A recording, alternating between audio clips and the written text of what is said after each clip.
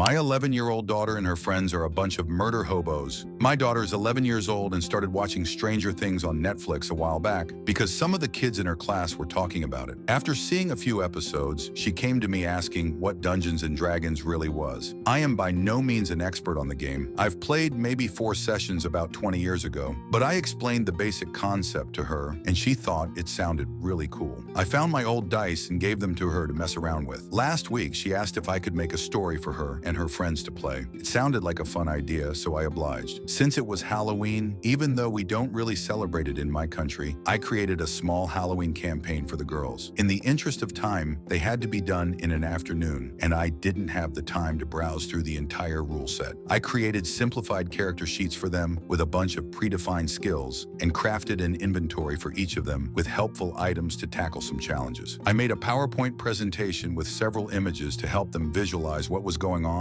and where they were. I also prepared a handwritten scroll with their quest objective on it, burning the edges a bit to give it a cool look. All fun stuff. The quest itself was pretty simple. The town where the girls lived was cursed for Halloween, and if they didn't lift the curse before midnight, all the townspeople would turn into monsters. To prevent this, they needed to gather 3 ingredients from around the town and then head to the center of the haunted forest where a witch would craft a spell to lift the curse. I had a lot of things prepared, but the one thing I didn't anticipate was how quickly my daughter and her 3 friends turned into murder hobos. The first ingredient they needed was a bag of candy. Walking around town, they found a kid who had just gone trick-or-treating. First, they asked him nicely to hand over his candy. Of course, the kid said no, so I imagined they might use some gold or intimidate him into giving it up. Instead, the girl playing the wizard noticed that I had written fireball under the spells category on her character sheet. Quietly, she asked if she could burn the kid. The other kids immediately asked, "Wait, can she?" I told them they could do whatever they imagined, so they burned the kid and took his candy. My daughter, feeling a little remorse, explained that she took a tiny urn to carry his ashes. And, well, that set the tone for the rest of the campaign, as I could never have imagined those girls being so evil. The second ingredient was a bottle of wine, so they went to the local tavern. They first tried to steal a bottle, but when the stealth check failed, they decided to jump the barkeep and kill him to take the wine. The third ingredient was a dragon's tooth, which they could find in the house of an orcish warrior on the outskirts of town. Instead of knocking on the door, their first instinct was to try and kick it down. My daughter rolled a 1 on that check, so I told her she lost 1 health point because she hurt her foot. Next, they decided to break the window and enter the house that way. Of course, the orc wasn't happy with adventurers breaking into her home and attacked them on sight. They cast a sleep spell on her, tied her up with the rope they had, and took the tooth. They also decided her armor and axe were cool, so they stripped her and looted her house, leaving a naked, tied-up orc behind. At the edge of the forest, they encountered a ghost. The idea was for the girls to discover that the ghost was afraid of the dark and help him quell his fears by using either the light spell on the wizard's sheet or a candle from the cleric's inventory. After some discussion, they noticed the ghost's image on my PowerPoint, a ghostly figure dressed in a white cloak. "Maybe we should just set his cloak on fire," they giggled. So the ghost ran away burning and revealed the path to the haunted forest. The encounters in the forest didn't go as planned either. They first encountered a group of skeletons dancing around a bonfire. The skeletons invited them to join their Halloween ritual dance, promising a reward. I had prepared music for this encounter, a song my daughter often dances to, and the girls immediately got up from the table to perform the dance. After completing it, the skeletons showed them the path deeper into the forest. However, the rogue asked why they weren't getting a proper reward. When the skeletons explained that revealing the path was the reward, the girls didn't like the answer and decided to teach them a violent lesson. Where I underestimated their desire for murder, I overestimated their intelligence. They arrived at a pond, where a water spirit gave them a riddle. Solving it would earn them a magical medallion to open a portal later in their quest. The riddle's answer was river, and I gave them multiple hints, emphasizing the water spirit. They still didn't get it, and when they were about to resort to alternative solutions, my wife, who had been listening in, yelled, "It's a river, you idiots!" They giggled and happily accepted the medallion. Next, they encountered a giant crow who wanted some candy to feed her chicks. Unwilling to share, the crow was added to their fatality list. Then, the mage and cleric got trapped in a giant spider web. A giant spider attacked, and the rogue tried to free her friends by throwing her dagger. Each throw was a skill check, and she accidentally hit the cleric instead of the web. An epic battle ensued, culminating in my daughter mounting the spider and choking it with a rope. I let her roll for it, but when she succeeded, I explained that spiders have book lungs and don't breathe like mammals, so her plan didn't work. It was still a cool idea, though. They took a beating, but eventually won, proudly burning the spider's corpse and carrying its ashes in another urn. Finally, they reached the magical portal. The medallion lit up, revealing a rebus puzzle. The solution was a phrase from a popular song in our country. story. It went over their heads until my wife glanced at it, gave them the answer, and they started singing to open the portal. Before meeting the witch, they faced a Trent protecting her. Initially, the idea was for the Trent to be persuaded by their noble deeds. However, given their chaotic actions, I changed it so the Trent demanded an explanation. The girls concluded, he's made of wood, so we can set him on fire. Since we were running out of time, I played along, and a single fireball reduced the Trent to ash. The confrontation with the witch was brief. She crafted the spell they needed to lift the curse. The girls returned to town, where they were celebrated as heroes for their bravery. My daughter later told me that everyone had a great time and laughed about it all day at school. She asked if I could create another campaign for them. Next time, I'll definitely incorporate consequences for their actions and make an action-packed story with more battles. For now, I'll start by rereading the rules to make the next campaign even better. Update 2 months later. So a while ago, I posted about introducing my daughter and her friends to D&D and how they turned into full-on murder hobos. After their first game, the girls were over the moon and eager to play again. Word spread around their classroom, and suddenly, instead of 4 players, I had 6 girls to manage in my campaign. With my busy work schedule and the holidays, I didn't have as much time to prepare as I did for the first game. Still, I had a good idea of what I wanted to do and had incorporated the advice I got here to create a more action-packed experience for the group. However, things didn't go as planned, thanks to something I hadn't anticipated, another dad joining the party. The day before the game, my wife got a call from the father of one of the girls. He'd heard about the game from his daughter and was excited to join since he used to play D&D a lot when he was younger. I already knew him from school drop-offs, but our interactions had always been lukewarm. He's a single dad who, as my wife has mentioned multiple times, clearly has a thing for her. They work at the same company, and while he's not the type to act on it, he's shy and socially awkward in many ways. When I was younger, I was a huge geek, but marriage, kids, career growth, and new interests had watered that down over the years. While we're the same age, he's just as into geek culture as he was 20 years ago, and every conversation we've had revolves around the Minecraft world he's been building for years. Once the game started, he went into full hardcore role-playing mode and completely hijacked the session, much to the girls' dismay. I had prepared predefined character sheets and classes for the girls, complete with detailed explanations of their abilities, just like last time. The returning players started in the same inn where they'd previously murdered a boy on Halloween, with his mother now looking for him. They giggled about the situation, explaining it to the new girls. The plan was for the session to begin with a bar brawl against some drunken dwarves. Tensions were high, and some of the girls were already considering using a fireball, but the druid dad stepped in. He diffused the situation by charming the dwarves, buying them beer, passing all the charisma checks, and peacefully settling things. Since my plan had been for the girls to find a quest-related note on one of the dwarves' mangled bodies, I had to improvise and introduced a mailman to deliver the note instead. The note invited them to meet someone at a house near the old watermill, promising a great adventure and information about a hidden treasure. Along the way, they were attacked by wolves. Time for their first combat, except the druid convinced the wolves they meant no harm, bypassing the fight entirely. When they reached the house, the girls wanted to barge in, but the druid insisted on scouting for traps and suspicious activity. He found a bird to ask for information about the house. Meanwhile, the girls started getting bored and bickering among themselves. One girl said she threw a rock at another's head. When they found the front door locked, they climbed onto the roof and one girl pushed another down the chimney. Inside, the druid took control again, methodically having the girls detect magic, traps, and hidden doors in every room. The slow pace frustrated the girls, who started losing interest. To make matters worse, when they fought among themselves, the druid gave a speech about teamwork. After painstakingly exploring the house, they found the book they were looking for. The next part of the journey involved crossing a hot wasteland, but instead of picking up the pace, the druid had them stockpile water and food for the trip. I tried to speed things up with an ambush by orcs seeking revenge for being mistreated in the previous campaign. But instead of engaging in combat, the druid demanded backstory, expressed empathy, and tried to resolve things peacefully. When more orcs arrived, he convinced the party to surrender and get captured. I had to come up with a dungeon storyline on the fly, but by that point, the girls had checked out. It was hard enough involving all 6 players, but with the druid monopolizing the game, the energy in the room died completely. The campaign ended abruptly, and everyone went home. Unlike the first session, there was no laughter or excitement. My daughter didn't even mention the game afterward, which was a stark contrast to the last time. I suspect that the druid dad inadvertently killed their interest in role-playing games altogether. What the girls wanted was a fun, action-packed adventure of kicking tail and taking names, but his complex role-playing and methodical gameplay completely derailed the experience. OP in the comments. I am just going to check with my daughter and see what she wants to do. With any other dad, it wouldn't have been much of an issue. You grab a beer out of the fridge during the toilet break and it's solved in 30 seconds. I have never had any type of meaningful conversation with this guy, and unfortunately, out of all the girls at the table, can you guess which one has been best friends with mine for practically all their lives? I also don't want to be the one who accidentally causes a rift between those two.